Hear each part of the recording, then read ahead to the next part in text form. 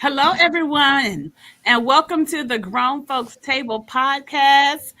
It is pink. We're going pink tonight. It is pink day at the Grown Folks Table, and we're so excited because we are supporting breast cancer awareness.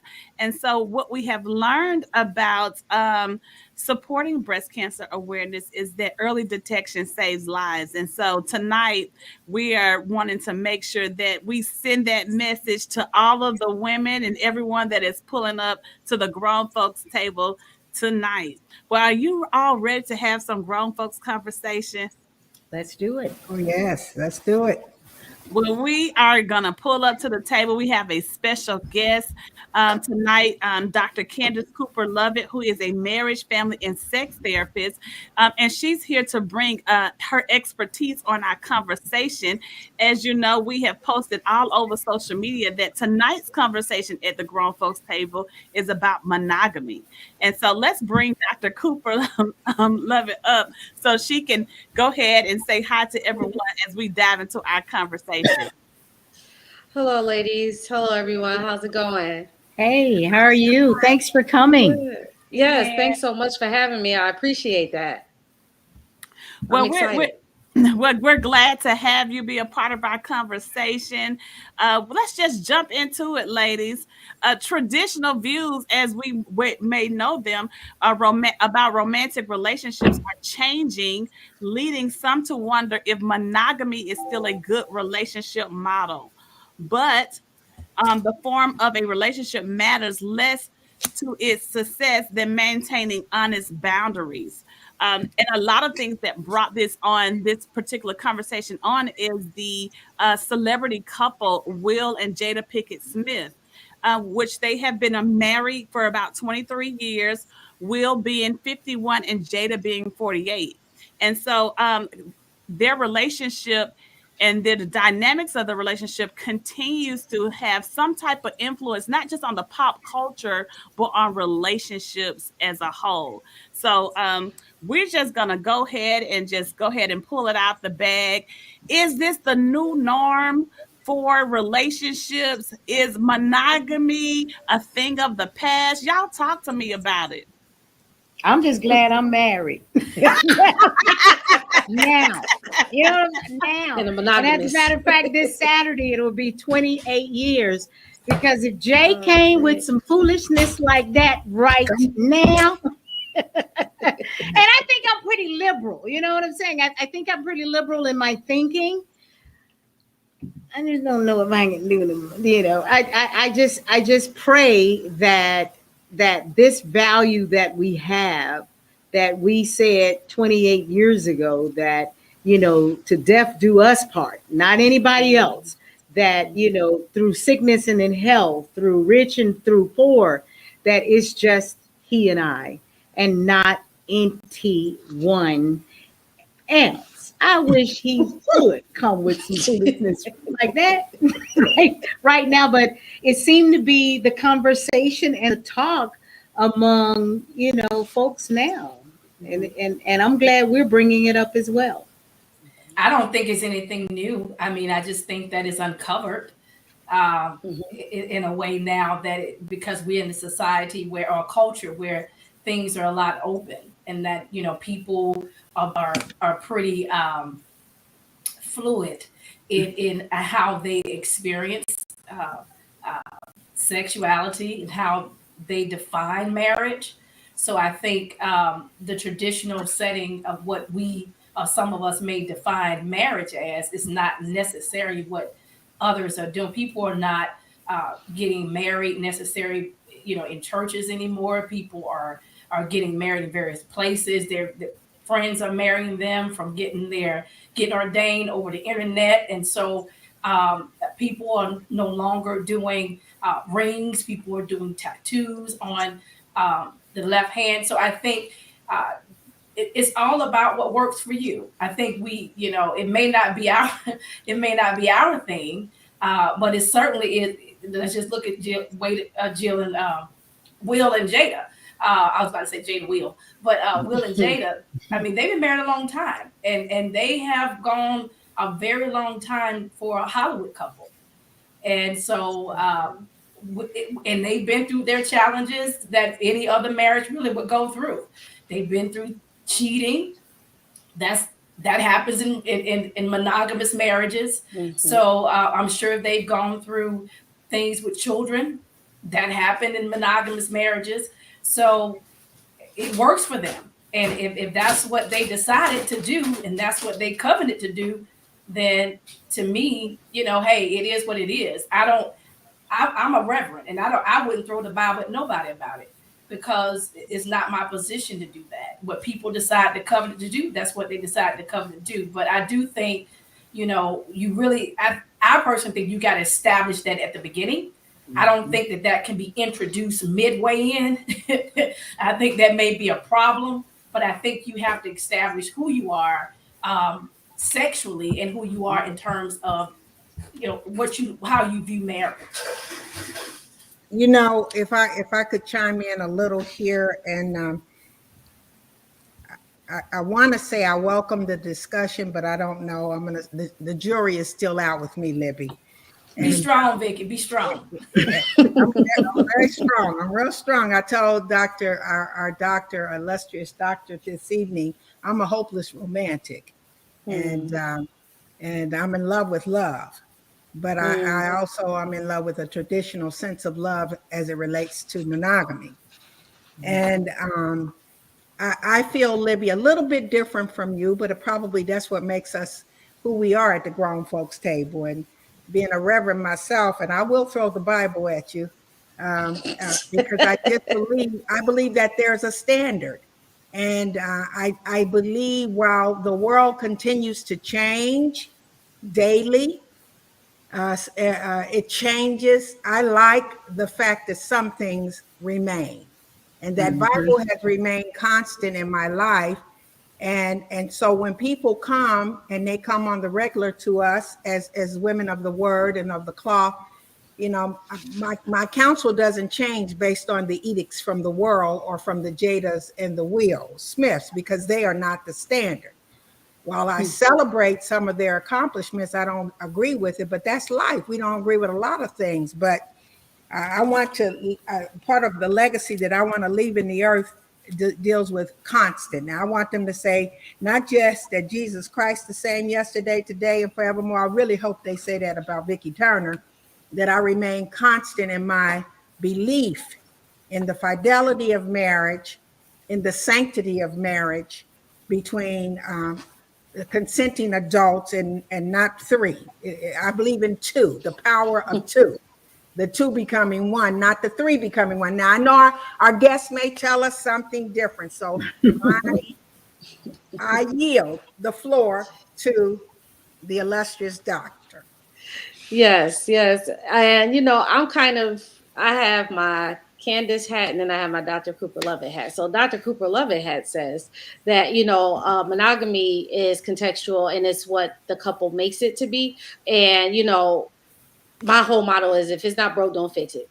So, like I said, I've worked with polycules, or thruples, as they would call them, and trying to figure out what works for them. And it is, like you said, Dr. Libby, earlier, is like letting it be known from the jump that we're on the same page, that is made explicit, that we're transparent about everything that we do, and that we don't cross boundaries. But as human beings, sometimes, even in thruples, people still cross boundaries because people don't like to feel limited, or, oh, okay, we have these parameters. Let me push the mark to see how much further I can go, even though we had these conversations. And sexuality is very much fluid. And so even relationships are very much fluid in how we understand them. Monogamy is monogamy. But even in those contexts, some people may consider themselves monogamous because I'm married and staying with you. However, I do enjoy entertaining others. But ultimately, where I stay, or where I would keep myself occupied, is with you long term. So it's all in how people define relationships and marriage. Just for example, Will and Jada, it seems to work for them, I assume, but I did see the hurt on his face when she talked about this entanglement. So I don't know if some boundaries were crossed in that exchange, but it seems like it works for them. But it might have been some lines that were crossed at the same time too. I'm not gonna lie, because I could see it in his eyes, like he wanted to cry. Yeah, because I think the thing was, he didn't really know. I think in their That's what I got. situation, they were to be upfront with everything, and in that case, I think that was one that she just had on the side that she did not share, and I think that's what threw him off a bit, you know. But not only Will and Jada, but Monique, the comedian Monique, came out that she and her husband were also in an open marriage, and it worked for them. I think what I see is, and what I understand is, you got to have the communication. But then, what do you do, doctor, if we've gone, 20 plus years in a relationship, then you want to come with this? What do you do Yeah. in that situation? Yeah, we have to definitely have a lot of conversations about, even when you think about infidelity, the the behavior itself is hurtful, yes, but the betrayal is the biggest piece of it, Right. because you weren't transparent with me, you didn't share with me. I thought we had this understanding, but evidently we didn't. And so, one of the books I had to get during my training was 101 Things I Wish I Knew Before I Got Married.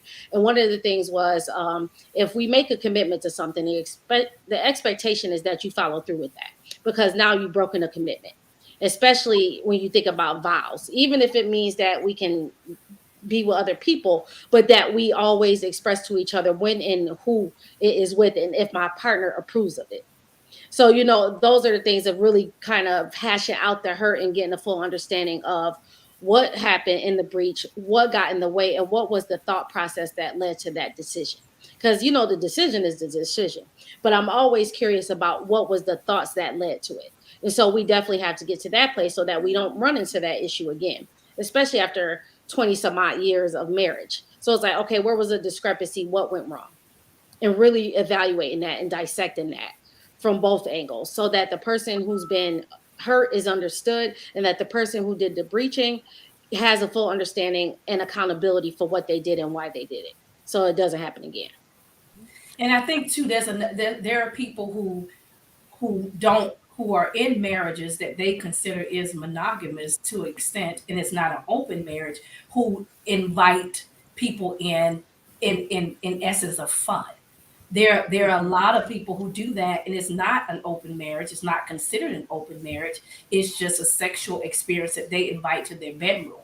And so I think a lot of times we may not know what that looks like. Those of us who are in traditional marriages and do not ascribe to such things, there are a lot of people who probably live next door to you that do that. We would be very surprised in what people have done in their marriages and what people have invited into their marriages. And we may see them in church and sitting in the pews and praising the Lord on Sunday. But do understand that, there are a lot of people who consider themselves in the monogamous bucket, but have extensive sexual experiences. And so when we talk about that, Libby, mhm. Libby, I just need a little bit more clarity. First, Well, because I want to really make sure I hear you, because I understand adultery. don't ask my neighbor. I understand whoredom. It ain't holding, Vicky. We in Promiscuity. 2021. We I ain't in understand all 1963 or those 74. terms, Yeah. but you gotta help me, sister, understand what the hell you're talking about. People consider themselves, please let me get it out. They consider themselves in a monogamous relationship. Yeah. Forget where they sitting in the church. I ain't talking about that, because the church is for the sinners. I'm okay with that. You said that they consider themselves to be monogamous.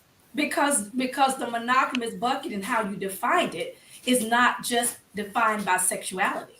Can I pull it up? I'm gonna pull it up. You want me to read? You can pull it and read it. Tell me what we talking about. Dr. Cooper Lovett, you threw out two vocabulary words other than monogamy. What was those two descriptions? Something. I said polycules and thruples. Yeah, That's thruple. what Please, yeah. please explain to Vicky Help, what a help the children thruple tonight. You is. gotta help the children And, tonight, honey. break that down for the people that are watching. If you have some questions tonight, please drop them in the chat because everybody hasn't been exposed to these Bless vocabulary them. words. Bless them. I sure have it. Help us understand, please. Yeah. So thruples is just people in a relationship is three people. Thruple. Three. So, or polycules, meaning, polyamorous, but they're called polycules. Because when I first met with them, I was like, what's the language for this? Because I didn't want to call them a couple because they're not a couple. So then my sex therapy supervisor said we call them polycules or we call them thruples. And that's how you define it. Polycules. That dictionary growing every day. Yes, it is. You gotta find language to describe situations. It's fluid. It is. Thruples. It is. Yep. So let me throw this out here. Let me ask you this. Dr. Cooper Lovett, do you believe that unfulfilled sexual relationships within these marriages lead to these certain types of lifestyles? Oh, it varies because some people are just like that by default. And I remember having a throuple, and she was like, "Frankly, I like having more than one person. I'm just a freak like that." That's all she said. It wasn't due to not being satisfied sexually. It was just that's what she liked to do. So some people it's just a matter of this is me and this is what I like. And for some people, it could be that I'm not sexual. My sexual appetite exceeds this relationship. I still want you, but I need more than you too.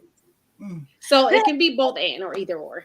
I'm so confused because I guess my question is, why did you get married? And because maybe I think of the traditional way of marriage. I have not been able to kind of move from that, but you could have just lived together, unless I don't understand that. You could have just been, common law just allowed you to get the benefits that come along with getting married. But why did you have to involve a priest and a whole bunch of people to bear witness? Everybody didn't involve a priest. Well, I'm just saying there are some that everybody in Christian. I'm just trying to understand. I'm just trying to.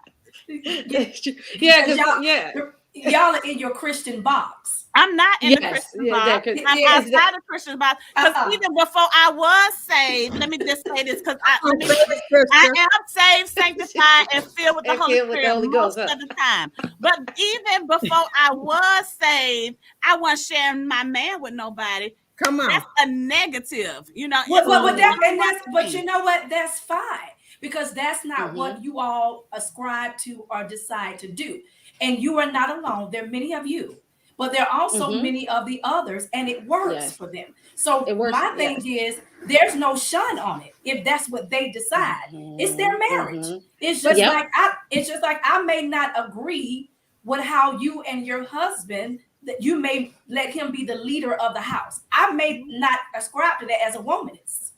I may not ascribe to that at all. But that's your choice in your household and your marriage. So it's the same piece. It's just because we use the word sex and we bring in another person, we see it in a whole different light, and it causes us to cringe. And we don't. But that goes in a lot. We can go deep with that because we have a problem with sexuality a lot of time. Not us on here. I'm just saying people in general, especially in the African American community. So there's a lot of hangups on what we consider what we should do in our marriage bed and what we shouldn't do. And people who are counselors spend a lot of time unearthing and unraveling that and breaking that from when they've been told certain things. So what I'm saying is, I know it sounds taboo to many of us who are in a traditional marriage, who don't ascribe to certain things, but it works for many people. That's why I said you'll be very surprised that your next door neighbor may be doing this. And they've been doing this for quite some time, and you wouldn't even know it. Well, here's my other thing. I'm wondering if we're putting, the safeguard of the family and marriage at risk by being so cavalier with what it is required to be in a marriage. I'm just wondering.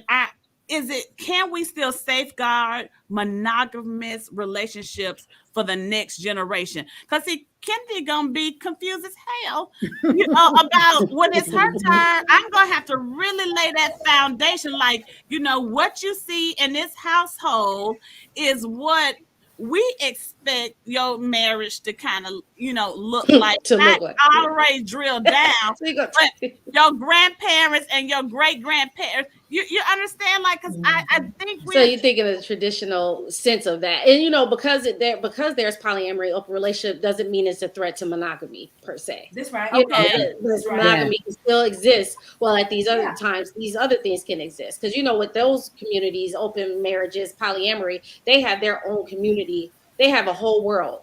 Where they hang out and do things together. And it's a real life, like I said, and doing it in therapy, it's a real life, it's a relationship. They have the same issue, communication.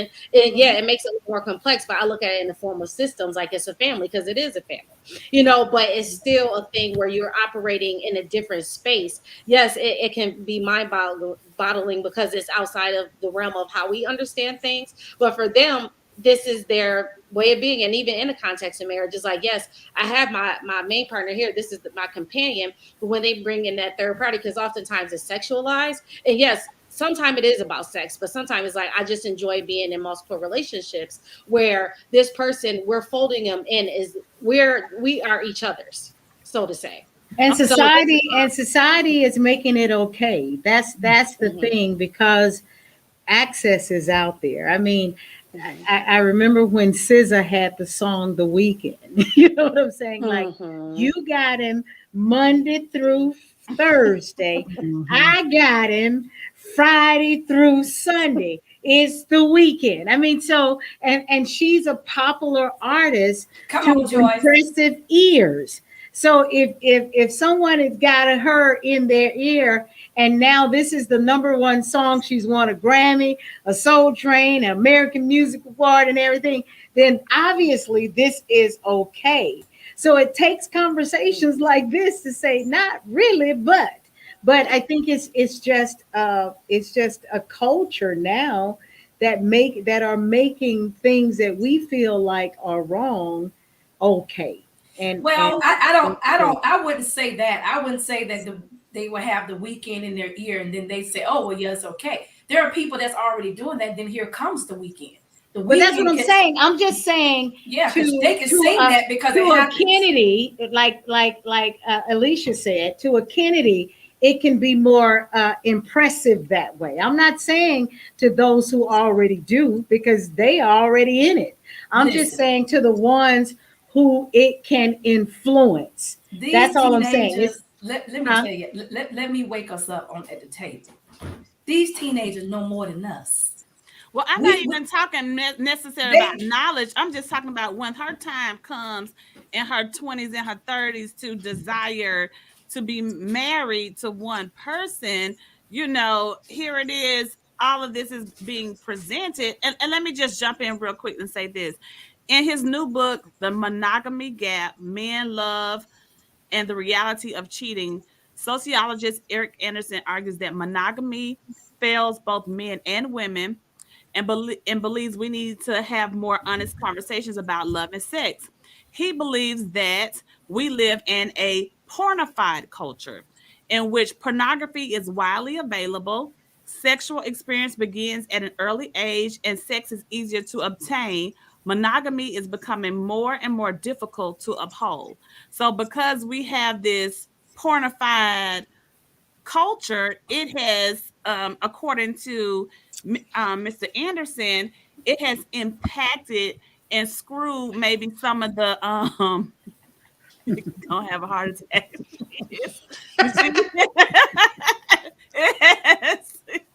You know what, sweetie? I'm gonna, when we finish up tonight, I'm gonna try to get my book finished. I'm gonna try to get it finished so that you can get my points of view, and then you can read a little portion of it as the standard almost. Listen, the books come a dime a dozen. Everybody's self-published right now. But I just believe, I I share some of the views that you have, about the standard for our daughters, our children, our grandchildren.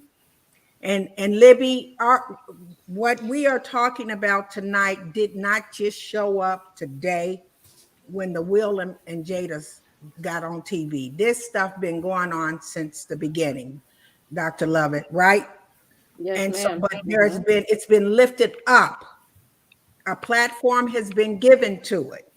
That still doesn't make it right. Right. I'm looking. I've been like this most all my life. I look for moral absolutes. I want don't make it right according to what is Vicky. wrong. What is wrong today is wrong tomorrow. It doesn't change just because celebrity said. You know, I grew up on Me and Mrs. Jones. Did I go looking for an extra person in the bed? No, I sang the song and I let Billy Paul Clean up moment. Come on, clean up moment. Who cares? I'm just saying. The world needs a standard, ladies. Yes. I agree with you, Vicky. But who sets the standard? Who says the standard for the world when we're not all Bible-based people? We're not all Christians. We're not all walking the walk. So what makes it right or wrong? So who's deciding? Who? That's what for me. The Bible is the standard. You know, for me. And because you're a Christian, right? Yeah, I am. I'm a Christian woman. Right. But here's the other thing, and those are my values. And regardless, the sanctity of marriage was found on Christian values. Even though we have gotten away from a whole lot of things, just like on the money, it says in God they were getting married. They were getting married before we were Christians. Well, they were getting married ritually. They were covenanted ritually way before we were Christians. And that may be true. And that may be true. But the predominant religion in the United States of America, where I currently reside, is multi-religions in the United States. Yes, you can say it's Christianity. Yeah. And so if I had to pull out a standard, I mean, because I don't know anything else but that when you said standard and values, because that's where I pull out my morale and the things that I hold important to how I govern and I live, and so for me, I just think that we have to take our authority back when it comes to what marriage looks like, in your house from a Christian for your family. No, I'm talking from a Christian perspective, not just in my house, but from a Christian perspective, because if not, then the Will and Jada's start to become the norm, and then everyone will have this as a standard to look at, to say, okay, this is just how the open marriages should look. And I just think it's important for us to remain consistent in our assignment on what marriage is supposed to be. That's why I fight. Wait a minute now. That's why I fight for my marriage to be successful, because I want to make sure that I'm an example of what marriage can look like, and so that's why it's important to have people like Dr. Cooper Lovett in the Rolodex that you can call to be like, now what's up now? Tell me what needs to go on to enhance, to keep this going on. But we're not adding no extra party. But what I'm saying, you don't have to, and that's your privilege, and that's your position. And so what I'm saying is, I have married many folk. And I've married some of that were Christian, and they were not an example of a good marriage. They were a horrible example of a good marriage.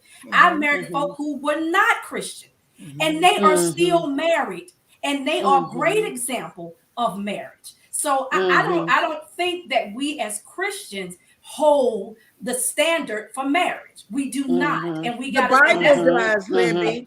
The Bible does for those who are Christians. The Bible does not for those who are not Christian. The Bible is Vicky. Everybody didn't get married reciting anything from the Bible. They did not. I've married people. I've married people, and they were not Christian people.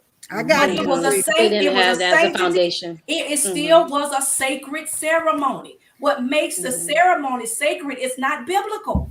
It's not the Bible that makes it sacred. And so what I'm saying is we have to be very careful to shun folk who are in great marriages that are not Christian. You know what, Libby? It's not right. Okay. I hear It you. is very judgmental as I hear Christians. you. That's why people I don't hear want you, to be my Christian. sister. And I know that I could be, it could be determined that I could be judgmental. It could be. I accept that.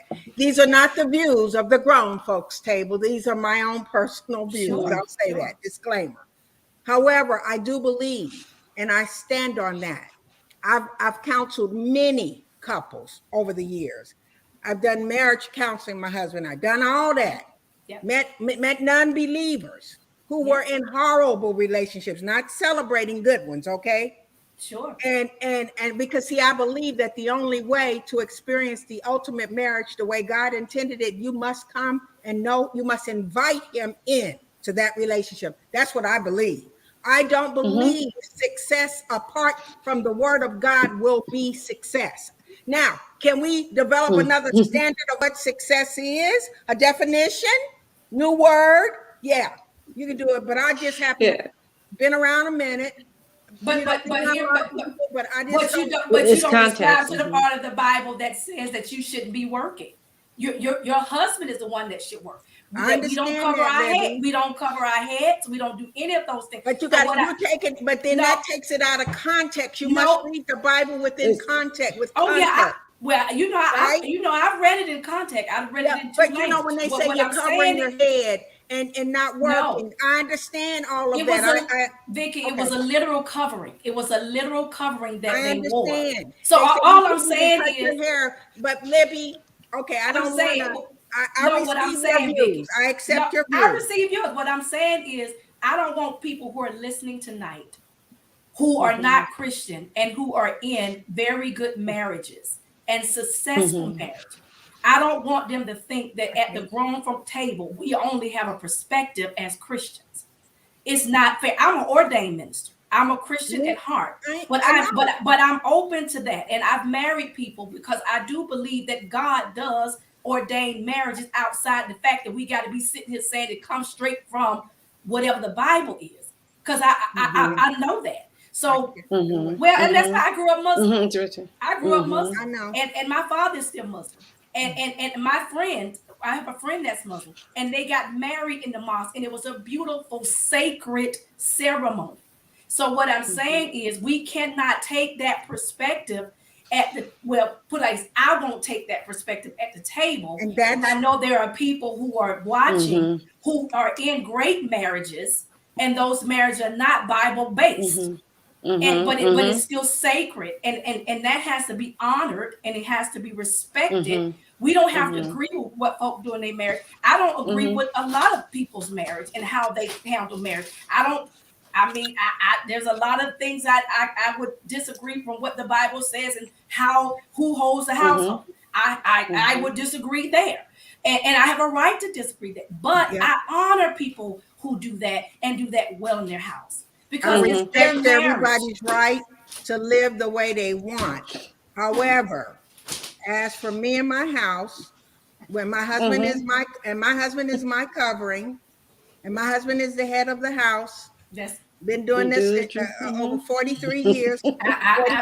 That's fine. I'm saying, now, are we the standard? I believe that we should represent the Bible. That's my faith. And while I recognize we're in a diverse world with diverse thoughts. And I accept that. I accept that, Doctor, I do. I don't have to agree with it, but I accept the diversity that exists. However, and I love people. I am a compassionate person. But when foolishness comes to me, I call it what it is. We waste a lot of time on foolishness, but again, that's just for comic relief. But I think the whole platform here is based on opinion as to how you see it. We all represent the names that are in front of us and how we feel about any and everything that we do discuss. So as a whole, it's an opinionated show about what these four tonight, five when Dolores is here, what we feel about any given subject, and even on this one as well. My thing is, and I know as we had stated before, a lot of this have been going on. Dr. Cooper Lovett have said that. My thing is why is it so prevalent? Now, why is it part of conversation now? Yeah. Because it's becoming more and more normalized too, because I think about culture, and even in African cultures, even before that predates the transatlantic slave trade, polygamy was a thing. Polygamy built empires, polygamy built communities, and so and it's in that, definitely, and even predates Christianity, if we're going to say that, in regards to people and culture. But now I think it's becoming more normalized, same as when it comes to LGBTQIA, all those acronyms, it's becoming more normalized and put in the forefront for us, for it to be more, I guess you could say, palatable, and so I think it's becoming the same as it relates to open marriage, polyamory, polygamy, which are three different things, so those things are becoming more normalized, becoming more commonplace as it relates to having conversations as such. And then for people who feel like, I say it's people who make choices out of stress or whatever is happening in their lives, and then there's people who make choices because that's just who they are. And so if I feel like I want to be in a poly relationship or a polygamous relationship, this is who I am and what I believe in.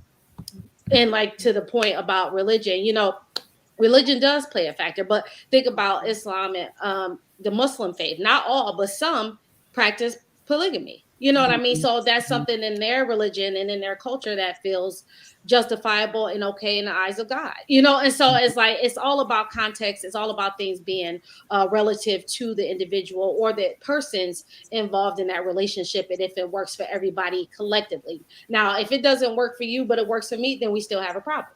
But if it works for all of us collectively, then that's a different thing. And I get the whole piece about standard. And I think it's different between a personal belief and how we, share it and put it out there. And something that one of my mentors used to always say, it's a difference between having a position and an imposition. So I can have my position, but I won't impose. So, and everybody could look at that from a different space too. So, it's definitely relative. So what if the conversation comes up? And you're thinking that we've been moving in this space all of these years, and now all of a sudden you want to talk about these things that we have been discussing tonight. Then how do you start as a doctor, and I'm lying on your couch, how do you start having that kind of conversation if you're still feeling the way that you're feeling and maybe your partner is feeling a different way?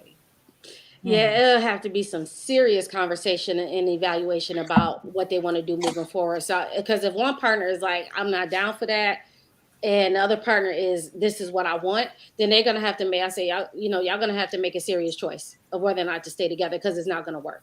Because if the partner, I've seen those situations too, when the partner kind of goes along with it, but they don't want to, resentment. Nope, it's not going to work. Because they get angry, they get bitter, because like, I never wanted to do this. I just did this because you wanted to. So that's why if it is that choice made, I would rather just tell them to make some decisions about figuring out if they're going to stay together or not. Because if the person wants that, I realize something, that people are going to do what they want to do. So if that's what I want to do, I'm going to do it in some form or fashion. Now it's up to me to decide whether or not I want to put up with that. And so if I'm going to do something that people are going to do what they want to do. So that's what I want to do. It sounds like some feedback. Yeah. Yes. So if for whatever reason one's decided, that's, for me in my house, you decide your appetite, your palate changed, just, start packing your stuff, order you some boxes from Amazon. Come on. You come home, the stuff is on the curb, outside, because I'm just a loyalist at heart, I just am. And you can call me selfish, and self-centered. I just don't. There's a couple of things I just don't share. Now, you want a piece of my chicken? I share that. Okay. You want to taste a piece of my cheesecake because I love cheesecake. You can have some of that. But you want a piece of my husband, Tony M. Cash? We gonna fall out. And it's not gonna be a good fall. That's why I keep a good lawyer in my phone. and a knife in your drawer. And a knife. Y'all talking about slicing folk. Listen, yes. Both of y'all husbands know that. That's why they're married. They are very clear about their wives. They are very clear. Right. Look, they know they're not gonna bring in nothing about, hey, do you want to bring in your friend or her friend? No, you ain't. Y'all are not the candidates, right? No, we are not those kind of candidates. Don't DM me. I'm not interested. Don't DM him. We not interested. It wouldn't be by DM though, but that's fine. It ain't gonna be by DM that happens. Don't do none of that kind of stuff. We not the cashes. And I'm speaking for my husband because I have every right, and he's the head of my house, Vicky, too. And bless y'all. We're not interested in that kind of It's gonna friendship. be 2 heads in mine. You know what? It's gonna be 2 heads. Tony Cash is listening. Yes, he is. Yes, he is. I saw him post in the chat, and I thought I saw him say that he was interested in more information. Don't do that. Get in trouble.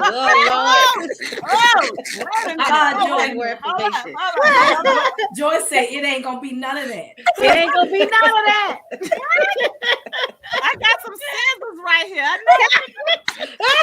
What kind of girl? Hello. Yeah. Look, but you know it's very. But you know what else is very similar to, and I can say this, it's very similar to people who say, "Yeah, I want kids," and then they get married and they don't want kids, and that resentment hit, and that becomes a horrible marriage because somebody lied going in saying they want kids. It's the same kind of piece in all seriousness. Of not agreeing to whatever or deciding on, quote unquote, like y'all say, the standards at the beginning. Because, and here's why that is important, because a lot of times, and even in the Christian marriage, we do this premarital counseling. And when we do this premarital counseling, we define roles, which can be problematic because a lot of people who become married, they are basing it on what you told them the role should be. And then they lose themselves. Not that roles aren't important, because they are. I'm just saying they lose themselves in that because they think that a woman position and role and disposition in a marriage is a certain way. And you find a lot of people, and I have counseled those who've gone through a lot of trouble because some pastor said this, who did not say it right. Not saying that we don't say it, those of us who do it, but there are persons in a collar who are counseling people into these roles. And what end up happening, people decide they have a different appetite, and it wasn't decided in the beginning, because in the beginning, we didn't talk about those things. We didn't discuss those things.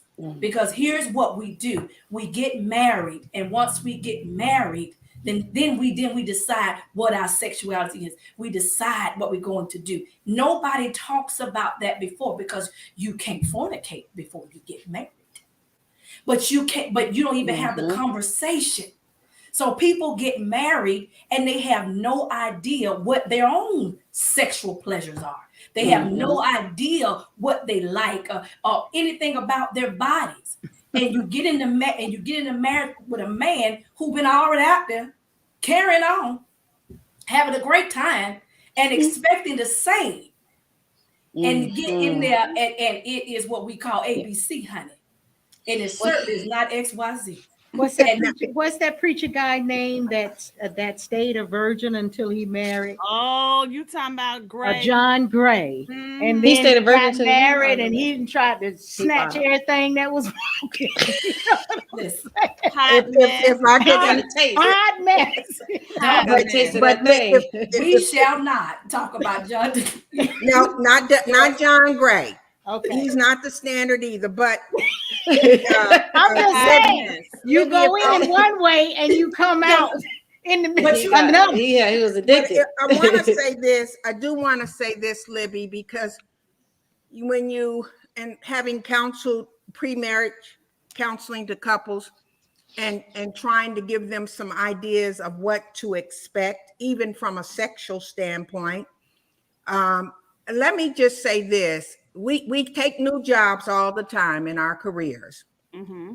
And oftentimes you don't know what really to expect. Yes. And sometimes you're given job descriptions that include the roles and your role and your responsibility. Yes. And you take it. You're clueless sometimes until you really are in real time in that job. And you either make a decision, I'm in it to master it, or you go find another one. I don't think to minimize the value of the counsel, and we do have some bad counsel that exists. I don't think it's a minimized. But I'm saying from my perspective, Libby, just from mine, I have seen many that desire. My husband and I did not get premarital counseling, and I know absolutely we could have benefited from it. Absolutely. But we didn't at that time because we were probably the environment that we were in, it didn't allow for it, right? It just didn't. And our awakening to the things of the Word of God were a little bit later on. My point is, I don't think anything's wrong with establishing roles. We have roles in everything we do in life. There's expectation in everything we do in life. And there's nothing wrong with that. I'm not talking about roles where you're making people little and insignificant. That's not it. Browbeating, that's not it. Abusive, that's not it. I'm talking about people who desire to find out how to grow and to experience marriage at its ultimate. There's nothing wrong with starting out with the counsel. No, I don't think that's. I'm not saying that, Vicki, and I don't want that to be what you're thinking. I'm saying good counsel is good. Bad counsel is bad. It is. And there's a lot of bad counsel in premarital counseling. That's why people, when people go to marriage counseling and they begin to say, you hear everything that they was taught in premarital counseling. It happens all the time. So I'm not saying that premarital counseling, we shouldn't have it. Certainly you should have it. But I also would say that roles are often defined by the marriage. Every marriage is different. And so when you get in that marriage, no marriage is the same. No marriage is the same. There's a standard, Libby. It's your standard, Vicki. Well, wait a minute. There's individualities. Can I raise my hand? Can I get in there? Let me just say this. I think what I hear both of you saying, I too do have performed premarital counseling. I just concluded one session, and my husband was doing a session just tonight. And one of the things we always tell couples is, number one, marriage is for grown folks. All right. There you go. That's the rule number one. And rule number two, every marriage is unique. Okay. And you have to be fluid in the marriage because things may change and you got to pivot, because life changes. We may come in it one way, and then because we're always becoming, we're always changing as individuals, we're always evolving. And so sometimes the marriage evolves as well. But there's still just a box, for some people, and again, I'm speaking on behalf of the Cashes, and this is what we advise people, to decide what values are important to your marriage. That's right. And let that shape let that shape your marriage. And so you got to have some kind of box, you got to let that box you in what's important and let that shape you. And so and those are the things that have been what we start off with premarital counseling, because that's important to help people understand. And I can say that, I think I posted this on my page maybe when Pastor Tony and I was celebrating I think 17 years. That's all right. 17 years. Yeah. I lose count, but 17 years. We celebrate 17 years this year of marriage. I'm a well-kept woman. Come on. Okay. And if I had to do it all over again, I would say I do, even through the ups and downs, I would say I do. And I think those are the stories when we talk about Black love winning, or we talk about marriage winning, whether you are Christian or non-Christian, those stories about happily married couples should prevail, so people can know that I too can stick it out and I can be successful in it. And so I thank everyone so much. We're over our time. That means Dr. Cooper Lover, we got to have you back again. Yes. I enjoyed y'all. Yes. Conversation. To keep Livy and Vicky at bay. Yeah. That was good. I was so much. Please tell everyone how they could follow you or contact you if they want to know more about your services or just connect with you all together. Yeah, definitely. They can follow me on Instagram at Dr. Cooplove or New Creation PSY. That's the actual practice. And the same handle is for Facebook and Twitter, and website newcreationpsychotherapy.com and drcooplove.com. Well, thank you so much, everyone, for joining us tonight. Good night. Good night.